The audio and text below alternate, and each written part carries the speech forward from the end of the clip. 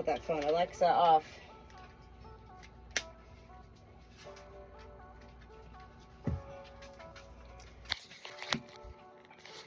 Okay, right there. I just noticed that I went like, oh no. But that's not who the Good Shepherd is. The Good Shepherd is not, oh no. And yet, at times we have to be.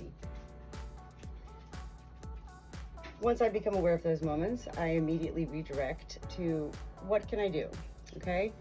I've been sharing all along this journey with Sylvia that whenever any issue presents with a hen in particular, you're usually going to have an underlying condition that's already been there, you just don't know yet, or you're going to have a secondary issue, condition that arises during that time.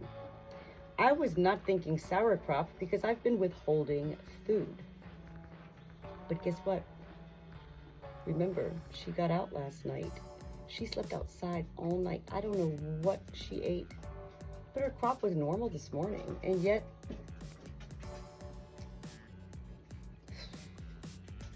she did have yogurt today. She's got sauerkraut. And, you know, I know it because, first of all, she's very warm here. This is her crop. She's very warm to the touch, and it's very full, and it's very mashy, and it almost feels like a bean bag. You know, like a handheld bean, B-E-A-N bag, like seeds. So immediately what I want to do at that point is begin to, what I've been doing the past 6 minutes now, is massaging her crop area, massaging. See what my hand's doing? Just massage. And what I'm waiting for at this point is for her beak to begin to quiver. Very much so like we would begin to quiver before we're going to vomit. Anna, what are you doing over there? Wreaking havoc. I have a hair in my nose. I always have some sort of hair in my nose, not my own. Sylvia, you've been through the ringer. You know, some people in life say when it rains, it pours. And I mean, well, that's true. And usually when it does that, well, we kind of need it to. Literally, as well as metaphorically. Look at her shaking, her little head shaking. She goes, oh, I just feel terrible. Oh, precious Sylvia.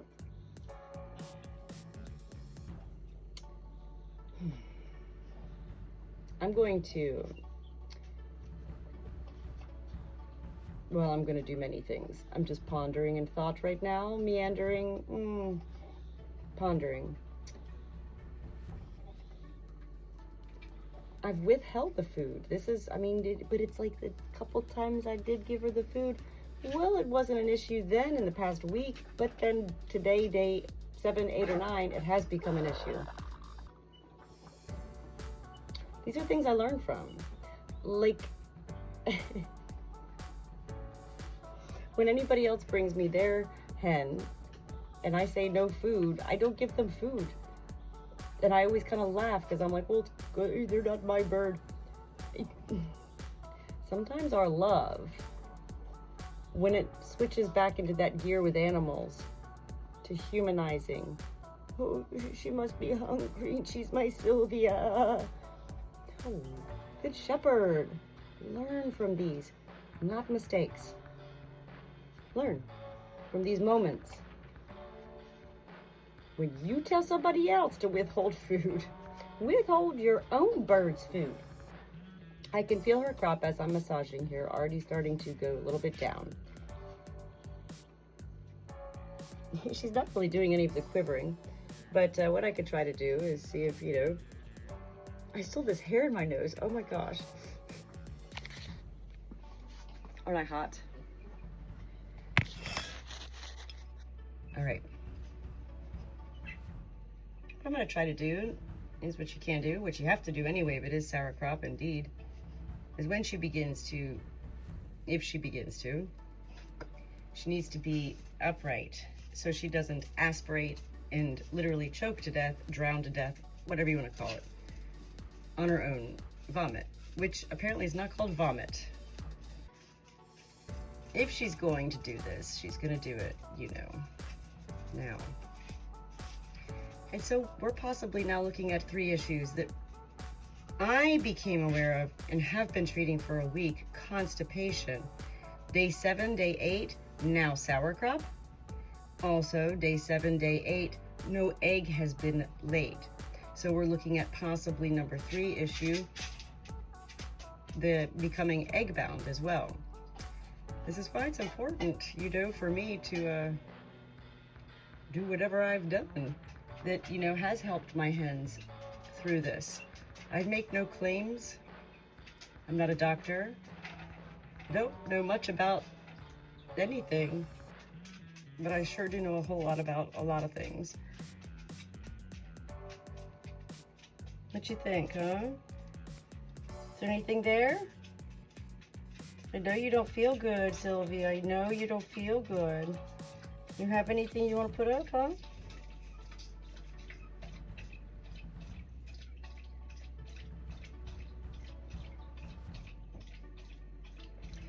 Sometimes if you catch, which I have found with a lot of my birds, if you can catch this right here, sauerkraut, as I just did, if you can catch it right away, which I know it's right away because I just checked on her an hour ago. It's amazing how these things just suddenly appear, and yet they don't really suddenly appear. We're just not, you know, we live and we learn. I do feel her crop, how full it was and mushy. I no longer feel those seeds, which means what this massaging is doing is breaking it all up. You know, think about, well, I can share with you about my GI history here with my esophagus and swallowing issues. Think about if you take a Tums and it breaks up everything and, you know, well, you might not need to vomit after you go to the Golden Corral and do an all-you-can-eat buffet and simply gorge yourself. And that's what you did last night. I know it. What did you eat? You found all sorts of good stuff up front, didn't you? Okay. All right. Well, she's not going to. So I really was not wanting to do this right now, but while she's here, and I always say, when in Rome, I'm going to go ahead and go into her vent again.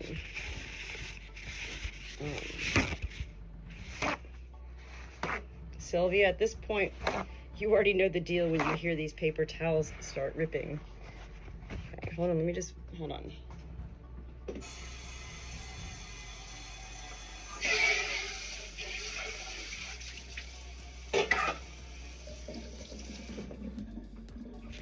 Okay.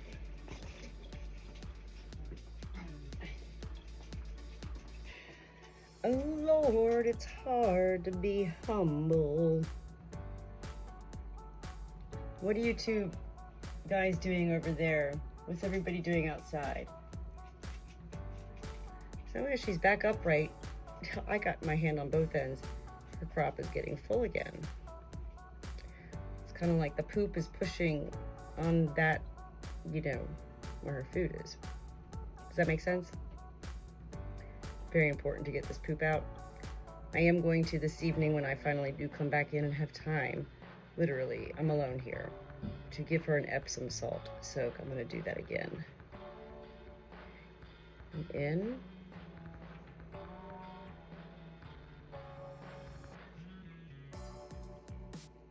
Good girl, good girl. Okay, there we go. Whoa, all right. Well, that was beautiful. So, I already can tell by this poop that was the yogurt I gave her. So the yogurt's not agreeing with her, and it's organic yogurt. You know, everybody's different in life. You know, even with all my esophagus and GI issues, you know, doctors have recommended things. I've been like, yeah, no, I mean, I literally try. Not everybody responds. According to plan.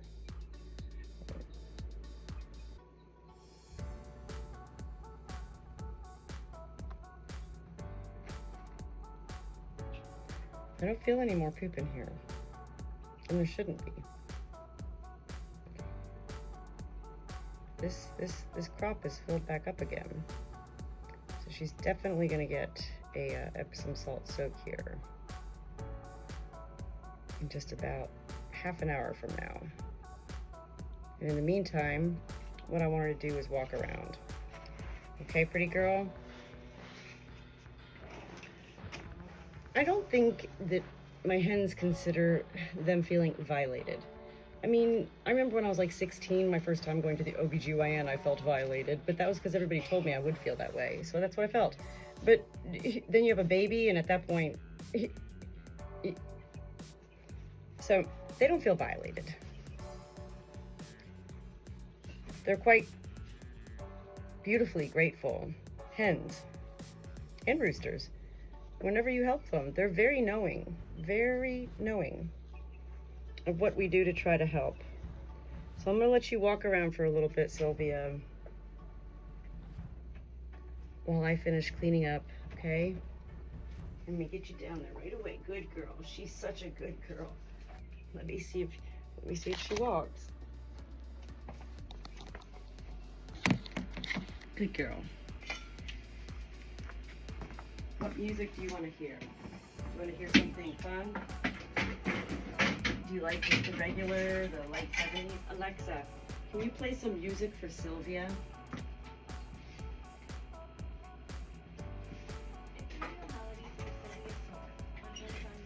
For Sylvia's soul? Oh.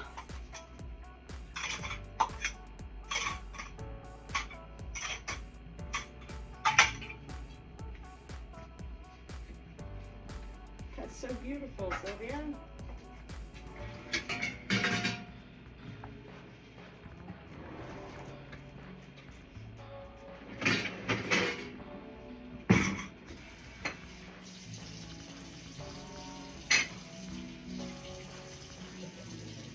Are you gonna be getting up to eat, sister friend?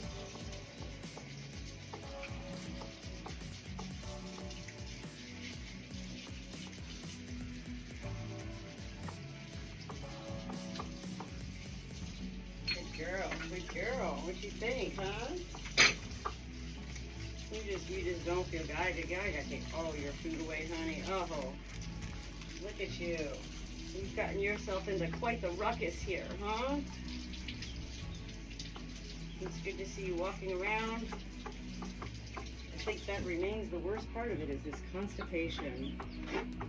So, as far as the treatment's going to go to end this with, when she does get better, which she will get better, I don't feel like this is a fatal issue at this point. I'm not worried about her dying, but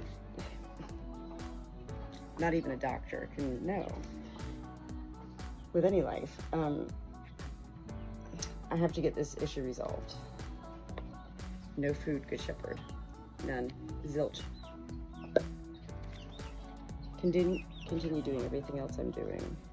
Monitor her free ranging, that she's also not finding food somewhere else, and then it's going to be a gradual introduction back to the yogurt alone, yogurt and the molasses.